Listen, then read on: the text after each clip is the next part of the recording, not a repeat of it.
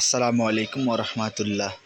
দেশ এবং দেশের বাইরে যেখান থেকে আমাদের এই খামার বাড়ি কুষ্টা চ্যানেলের প্রতিবেদনটি দেখছেন, তার জন্য আপনাদেরকে জানাই আন্তরিক শুভেচ্ছা অভিনন্দন। তো বন্ধুরা, আপনারা দেখতে পাচ্ছেন আমরা কিন্তু খোলামেলা একটা পরিবেশে কিন্তু এখানে হচ্ছে গরুর লালন পালন করছে আর কি।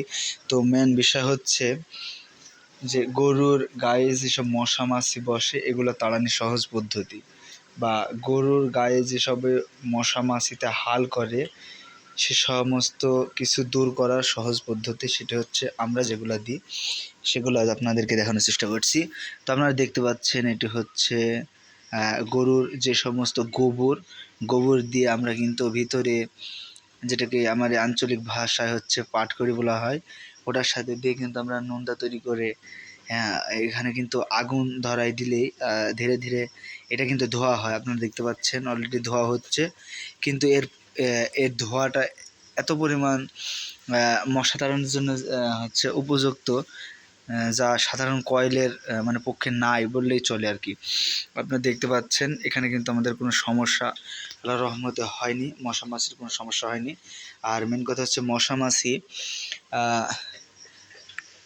যদি অতিরিক্ত গায়ে বসে এক্ষেত্রে কিন্তু হচ্ছে যে সমস্ত পক্স বা ফাউল পক্স ইত্যাদি যে সমস্ত রোগ এক কথায় স্কিনের উপরে হয়, এই সমস্ত রোগগুলা কিন্তু বেশিরভাগ মশা মাছি থেকে হয়। এজন্য কিন্তু এদিকে একটু সচেতন হলে সব থেকে ভালো হয়। আর তার পরবর্তী সেটি হচ্ছে আপনারা দেখতে পাচ্ছেন, এটা হচ্ছে আমরা ধূপ রেখেছি। তো এই ধূপটা আমরা ব্যবহার করি, দেখতে পাচ্ছেন এই মানে এই সমস্ত পাশ দিয়ে কিন্তু আমরা ধূপ দিয়ে দিচ্ছি। এটা যে কোনো দোকানে ধূপ বললেই চিনে ফেলবে আর কি। তো এই ধূপটা দেওয়ার কারণ হচ্ছে ধূপ দিলে কিন্তু ধূপের যে সমস্ত ধোঁয়া থাকে এগুলা কিন্তু আপনাদের জীবাণুগুলো তাড়াতে খুব মানে সহযোগিতা করে আর কি। তো ধূপটা অবশ্যই ডাক্তারের কাছে পরামর্শ চাইলে বা ডাক্তারের কাছে গেলে কিন্তু আপনাদের কিন্তু বলবে যে অতিরিক্ত ধূপ বা ম্যাক্সিমাম আপনি হচ্ছে মাসে বলছে মানে সপ্তাহে প্রায় 2 থেকে 3 দিন কিন্তু ধূপ দেওয়ার কথাটা বলি কিন্তু।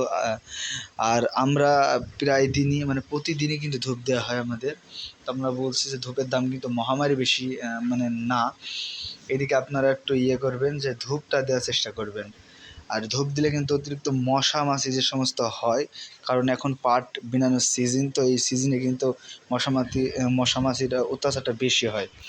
তো আপনাদের এদিকে একটু খেয়াল রাখতে হবে আর কি। তো আজকের ভিডিওটা এই পর্যন্তই। সবাই ভালো থাকবেন, সুস্থ থাকবেন। আসসালামু আলাইকুম রহমতুল্লাহ।